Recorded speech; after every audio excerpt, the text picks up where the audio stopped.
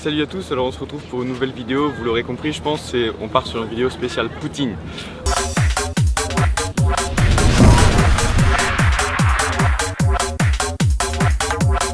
Pour ce qui est de la vidéo, donc là on est au Mont-Royal, sur le Belvédère.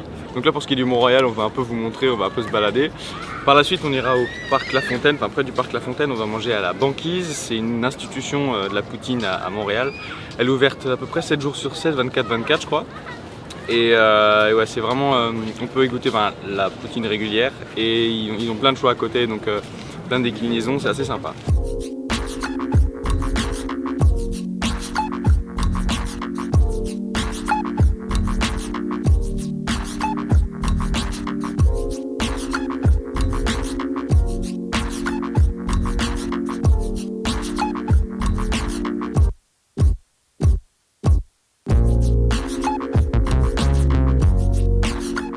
Comme j'ai dit juste avant, on se trouve dans un des grands parcs de Montréal, le parc La Fontaine.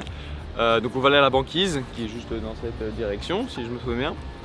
Et on pouvait aussi, si on voulait, aller manger à Poutineville, c'est une des chaînes qu'il y a sur Montréal.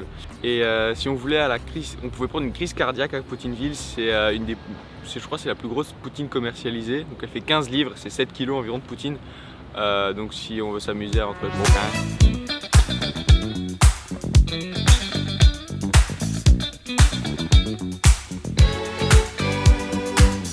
Voilà, donc on vous filme les explications ici parce qu'à l'intérieur du restaurant il y avait un peu trop de musique. Du coup ce qu'on a fait, Léo il a pris, toi tu as pris une poutine qui est la plus classique qu'on peut trouver partout. Et moi j'ai pris une panoramix, donc c'est la base des poutines, c'est frites, sauce brune genre gravy sauce et du fromage en grains. C'est qu'est-ce qui peut s'apparenter au fromage en grains? Rien, à part le fromage en grains. Donc ça, et moi en plus de ça, dessus j'avais de la crème sûre. La crème sûre c'est de la crème fraîche, en gros. Hein, et tous les Québécois ils vont dire non, c'est pas de la crème fraîche. C'est de la crème fraîche, franchement c'est pareil. Donc crème sûre, crème fraîche et de la viande fumée. Donc, la smoke meat, ça pouvait être du bœuf, ouais c'était du bœuf. Et voilà, c'était bon, c'est quelque chose d'assez consistant. Maintenant, ce qu'on va faire, c'est que nous on va faire notre poutine comme on a fait pour les rides. On va faire une poutine maison, donc on va vous montrer comment on va faire la sauce. Fromage en grains, on va le faire, donc on va simplement l'acheter, on trouve partout au Québec. Et puis voilà, on verra bien ce que ça va donner. Je pense qu'on va faire peut-être aussi du bacon dessus, on va voir ce qu'on va faire. En tout cas, c'est parti. Voilà, donc on se retrouve en cuisine, on va faire la poutine. Alors pour cette première partie, on va faire la sauce. Alors pour ça, on aura besoin d'oignons, ail. On peut faire avec l'échalote aussi, ça marche aussi. Ça c'est le bouillon, donc le fond brun qu'on a fait. Du bouillon de bœuf aussi. De la pâte de tomate, enfin du concentré de tomate. Du sucre, un peu de vinaigre balsamique, feuilles de laurier. On peut ajouter aussi des clous de girofle et du cumin, si ça vous fait plaisir. Du sel et du poivre, et on aura besoin de faire un roux, donc il y aura besoin de farine et de beurre. Après avoir ciselé l'oignon et haché l'ail, on va faire partir la gastrique. Avec 3 cuillères, plus ou moins 3 cuillères à soupe de sucre. Maintenant on va laisser fondre le tout, faire un peu caraméliser le tout. On a bien commencé à caraméliser, quelque chose d'assez blond. Je vais pas plus le pousser, on va déglacer avec le vinaigre.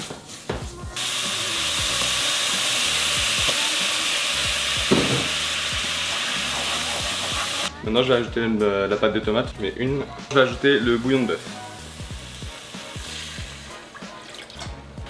Voilà, donc une fois que notre bouillon il a bien réduit avec les oignons, je vais rajouter le fond de dinde pour le coup. Après on peut le faire avec d'autres fonds, hein, mais vu qu'on avait du fond de dinde, on a pris du fond de dinde, logique. Puis là on va laisser aussi un peu réduire, peut-être pas de moitié, mais on va laisser bien mijoter 5-10 minutes. Donc voilà, donc on a fait mijoter à peu près 5 minutes. Maintenant je vais rajouter le jus de cuisson de la dinde. Je la passe parce que je l'avais pas passé avant.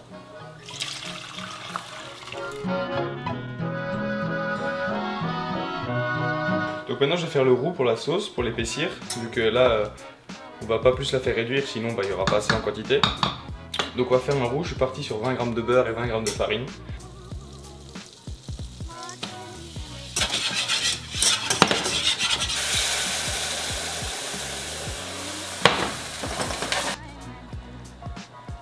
Voilà, donc là on a fini la sauce pratiquement. Je vais la laisser 1 minute à ébullition histoire que le roux prenne bien. Et après je vais la retirer du feu, la goûter et la réassaisonner. Et après ce sera bon, il n'y aura plus qu'à assaisonner notre poutine. Donc maintenant pour ce qui est des frites, on va les faire en 3 cuissons. Une fois blanchies des par eau froide jusqu'à ébullition, on les retire, on les sèche bien et après on va faire une double cuisson dans l'huile.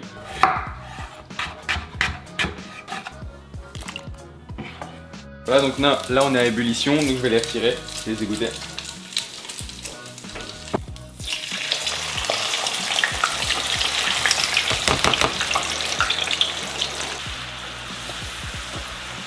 Les 2-3 minutes qu'on les a fait blanchir, enfin pas blanchir mais la première cuisson, là je vais les retirer, vu que je le fais en 2 fois. Voilà, donc là c'est la dernière étape de la cuisson des frites. On va faire la dernière friture, un bain un peu plus chaud que le premier.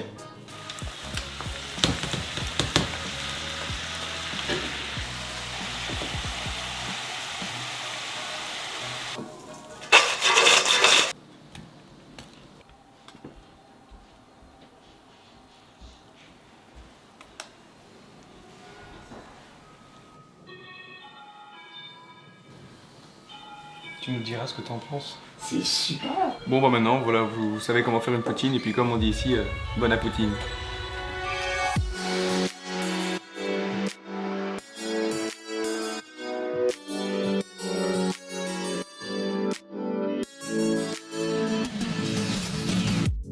So we found ourselves in a new place,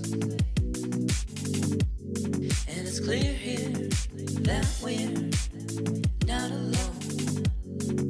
Faces that we've never seen before.